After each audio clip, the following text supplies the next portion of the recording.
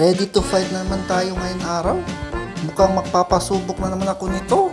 Pupunta lang naman ako ng McDonald's. Kaya lang malayo papunta doon. Ganito nga distansya papunta doon sa McDo. Oh my God, 7.2 kilometers. Naisip ko nga kung magbabas na lang kaya ako. Kaya lang sayang yung pamasahe. Magbabike na lang ako para pumayat naman. Puro ka kasi kain eh. At umalis na nga ako. Ang sarap talaga ng hangin pagpababa yung kalsada.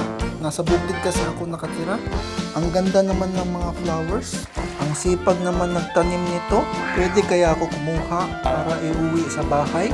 Wag yan, bad yan. Joke lang, ikaw naman di ka naman mabiro. Pero tingnan nyo, napakahaba ng tanim no.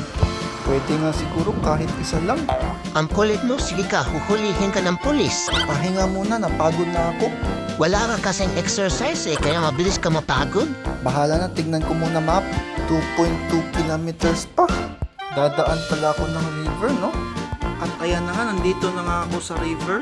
Ang ganda ng view, oh. Parang painting lang. Ayun, nakikita ko na yung McDo. Nakarating na rin ako sa wakas. Pagbukas ko pa lang ng pinto. Greetings agad ang sumalubong sa'yo. Ganito talaga sa Japan. Babatiin ka muna ng hello at welcome. Kaya mag-order na ako. Ganito ang binibenta sa McDo ng Japan. Puro burger lang at mga shake, ice cream. Kaya tinanong ko kung may kanin ba sila dito. Gohan to ka na desu ka? Oh, ha? Japanese speaking yon. ご飯バーガー、ライスバーガーですと17時、夕方5時以降の販売になってしまいます。 Ay bahala na si Batman, di ko naintindihan. Kaya umorder na lang ako ng burger. Yung burger na masarap, kasing sarap ko. Max.